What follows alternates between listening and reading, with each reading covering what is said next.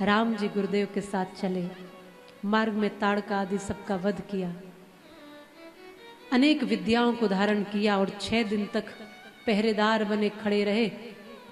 सिद्धाश्रम पहुंचकर सिद्धाश्रम में यज्ञ करते रहे मुनि विश्वामित्र, और ये पहरेदार बने रहे। 6वें दिन सुबाहु मारीच तमाम दैत्यों के साथ आए, भगवान ने सबको मार दिया, यज्ञ को सफल बनाया। मारीच को बिना फन का बाण मार करके दूर खदेड़ दिया, उस स्थान से अलग कर दिया, बाकी सबको मार दिया। यज्ञ सफल हुआ, प्रसन्न हुए विश्वामित्र, और जो जनकपुर से निमंत्रण आया था उस बारे में कहा कि चलोगे हमारे साथ, वहां बड़े अच्छे अच्छे लोगों से मिलना होगा, बड़े बड़े महाबली आएंगे वहां। ये नहीं कहा कि जाना है और आपको धनुष उठाना है, कहा बस साथ चलोगे। राम जी ने कहा जो आप चाहो। मार्ग में गए, गंगा जी में स्नान किया, भागीरथ जी की अपने पूर्वजों की पूरी कथा सुनी। आगे बढ़े तो आश्रम एक दीख मगमाही, खग मृग जीव जंतु तहनाही। पूछा मुनि शिला प्रभु देखी, सकल कथा मुनि कही विशेष। जब एक खंडहर सा स्थान दिखा तो पूछा ये स्थान कौन सा है, तो विश्वामित्र मुनि ने समझाया कि यह स्थान गौतम ऋषि और अहिल्या का आश्रम हुआ करता था, अब ये स्थान श्रापित है, यहाँ पाषाणी बनी अहिल्या रहती है, इसलिए अब इस आश्रम में कोई आता जाता नहीं, ये श्रापित आश्रम है, राम तुम चलो। कहा कि कोई आता जाता नहीं है, क्यों, श्राप क्यों लगा अहिल्या को? तो बताया कि इसलिए लगा कि इंद्र ने एक बार अहिल्या के साथ छल किया। गौतम ऋषि का वेश धारण करके इंद्र आया, उसके साथ छल किया और दुष्कर्म किया। जब अगस्त ऋषि गौतम आए तो उन्होंने प्रश्न अहिल्या से किया। इंद्र को जो दंड मिला अलग विषय है, लेकिन अहिल्या की भूल नहीं थी, उसको दंड नहीं मिलना था। गौतम ऋषि ने अहिल्या से ही पूछा, मौन क्यों हो, चुप क्यों हो, बोलती क्यों नहीं हो, ये क्या किया तुमने? वो समझ ही न पाई कुछ। गौतम ऋषि का ही वेश धारण करके इंद्र आया था, अगर अहिल्या की मर्जी होती तो वो इंद्र को इंद्र के रूप में स्वीकार करती। वो सोचती थी मेरा पति है, लेकिन सवाल पूछे अहिल्या से और श्राप मिला अहिल्या को, पाषाणी हो जाओ। वो कुछ ऐसा ही है, आज के समय से जोड़ के अगर इस कथा को सुनोगे तो समझ में आएगा। वो कुछ ऐसा ही है जैसे आज के समय में भी किसी बेटी के साथ बलात्कार दुष्कर्म होते हैं और समाज उंगली भी उस बेटी की तरफ ही उठाता है। कहां गई थी, क्यों गई थी, कैसे कपड़े पहने थे, किसके साथ थी, क्यों थी, क्या थी, रात में बाहर निकलने की जरूरत क्या थी? ये समाज अपने बेटों को नहीं समझाता कि रात में तुम्हें भी बाहर निकलने की जरूरत क्या है। और बेटे अगर निकल सकते हैं तो बेटियां भी बाहर निकल सकती हैं। बेटियों को डर किससे है? इन बेटों से ही तो है। स्त्रियों को डर किससे? इस पुरुष समाज से ही तो है। अगर पुरुष समाज की नजर और नियत ठीक है तो फिर स्त्रियों को डरने की किससे जरूरत है, बोलो? उंगली लेकिन उसी बेटी पर उठाई जाएगी। कहां गई थी, क्यों गई थी, क्या किया था, क्यों किया था?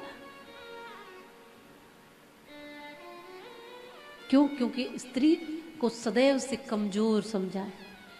हम हमेशा कहते हैं कि बलि बकरे की चढ़ाई जाती है, शेर की नहीं चढ़ाई जाती, क्योंकि जानते हैं शेर की बलि चढ़ाएंगे तो हम भी बलि हो जाएंगे।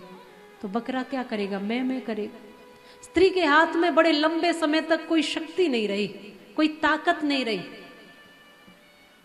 जिसके हाथ में ताकत होती है पूजा उसी की होती है, याद रखिएगा।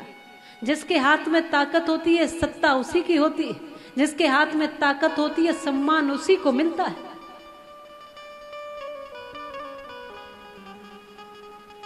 और ताकत के अलग अलग तरीके की होती है, शारीरिक बल, मानसिक बल, आर्थिक बल।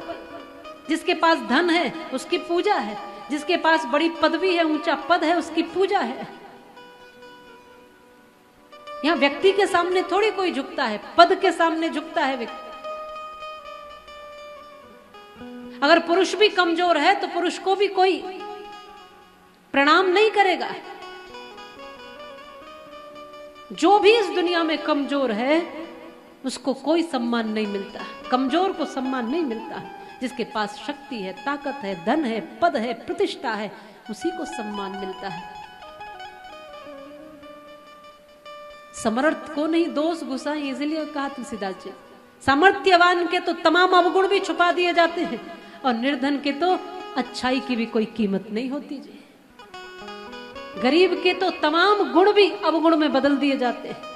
उसका तो सच बोलना भी किसी को सुहाता नहीं, और कोई सेठ साहूकार, कोई ऊंचा, वो झूठ भी बोल देते हैं। हाँ, आप कह रहे हैं तो सही ही होगा, आप तो सही होंगे, आप गलत थोड़ी हो सकते।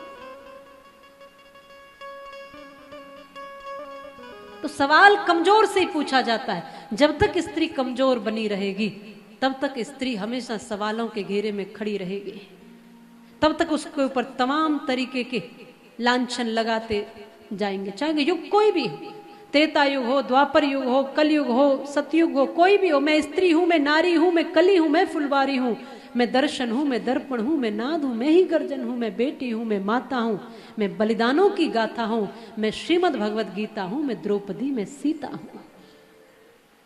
हर एक युग में। लेकिन उसने कहा कि पुरुषों की इस दुनिया ने मुझे कैसी नियति दिखलाई, कभी जुए में हार गए, कभी अग्नि परीक्षा दिलवाई। कलयुग हो या सतयुग हो, इल्जाम मुझी पर आता है, क्यों घनी अंधेरी सड़कों पर चलने से मन घबराता है। मैं डरती हूँ, मैं मरती हूँ जब सफर अकेले करती हूँ। डर का साम्राज्य उभरता है, कोई साया पीछा करता है।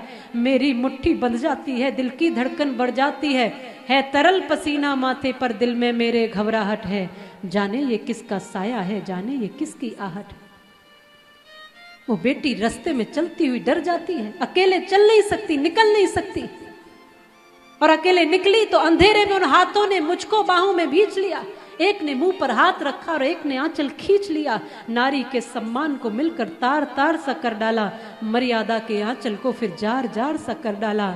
मारा है मुझको, पीटा है, बालों से मुझे घसीटा है, फिर बर्बरता की उन सारी सीमाओं को तोड़ दिया। मुझे घनी अंधेरी सड़कों पर फिर मुझे बिलखता छोड़ दिया। सन्नाटे में चीख रही थी खून से लथपथ वो काया, सबने तस्वीरें खींची, कोई मदद को आगे ना आया। कोई मदद करो, कोई मदद करो, ये चीख चीख कर चीख भी मुझसे रूठ गई। और होश में आई तो उस समाज की बातें सुनकर टूट गई। वो स्त्री, वो बेटी जिसके साथ गलत हुआ, होश में आई तो उस समाज की बातें सुनकर टूट गई। सबने क्या कहा, अरे परिवार की बदनामी होगी। सब यही मुझे समझाते हैं, ये नई उम्र के लड़के हैं, थोड़ा तो बहक ही जाते हैं। क्या कहते हैं वो लोग समाज के, अरे भूल जाओ जो हुआ, भूल जाओ जो हुआ, ये लड़के बच ही जाएंगे। तुम लड़की हो, दुनिया वाले तुम पर ही प्रश्न उठाएंगे। क्या प्रश्न उठाएंगे, क्यों निकली अकेली रात में, क्या कोई नहीं था साथ में, क्या मेकअप था, क्या गहने थे, क्या छोटे कपड़े पहने थे। उन प्रश्नों की भूल भुलैया में सच्चाई कहीं खो जाती है। और सब भूल जाओ कहने वालों, क्या तुम्हें शर्म नहीं आती है। याद रखो, याद रखो, ये आखिरी गलती आपकी भी हो सकती है, और कल सड़क पे बेसुध बहन या बेटी आपकी भी हो सकती है। और इस एहसास से बढ़कर दर्द नहीं हो सकता है, इस एहसास से बढ़कर दर्द नहीं हो सकता है। और जो नारी का अपमान करे वो मर्द नहीं हो सकता है। जो नारी का अपमान करे वो मर्द नहीं हो सकता है।